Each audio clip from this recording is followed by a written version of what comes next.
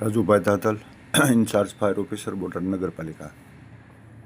બોટાદ શહેરના સાંકડા રસ્તાઓથી જોડાયેલ વિસ્તારમાં હાલ કોઈ આગ અકસ્માત બને તો મિની ફાયર ટેન્ડર નગરપાલિકા પાસે ઉપલબ્ધ ન હોવાથી ત્વરિત કોઈ કામગીરી થઈ શકે તેમ નથી. જેથી 15મા નાણાં પંચની ગ્રાન્ટ તળે ₹54 લાખનો ખર્ચ કરવા અને વધારાનો ખર્ચ નગરપાલિકાના સ્વભંડોળમાં એટલે 20 થી 21 લાખ રૂપિયાનો નગરપાલિકાના સ્વભંડોળમાંથી ખર્ચ કરવા અંગેનો વહીવટી મંજૂરીનો હુકમ મેળવી તમામ પ્રક્રિયા પૂર્ણ કરી 90 દિવસની સમયમર્યાદામાં આ વાહન ઉપલબ્ધ કરાવવા અંગે એજન્સીને વર્ક ઓર્ડર આપવામાં આવેલ છે.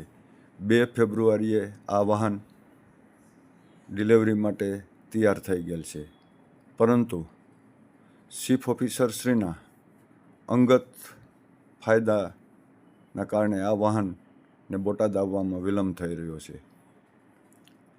અમોએ વિડીયો વાયરલ કરતા ચીફ ઓફિસરશ્રી દ્વારા પોતાના ભ્રષ્ટાચારનો ભાંડો ફૂટી જવાના ડરથી મીડિયાના માધ્યમથી જ મીડિયાને, જાહેર જનતાને, નગરપાલિકા શહેર અને જિલ્લાના પદાધિકારીશ્રીઓને, તમામ અધિકારીશ્રીઓને ગેરમાર્ગે દોરી અને આ વાહનને ઉપલબ્ધ કરાવવામાં જાણી જોઈને વિલંબ કરી રહ્યા છે.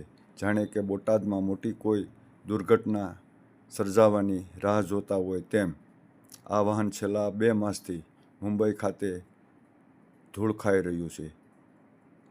વંદે માતરમ. જય હિન્દ, જય ભારત.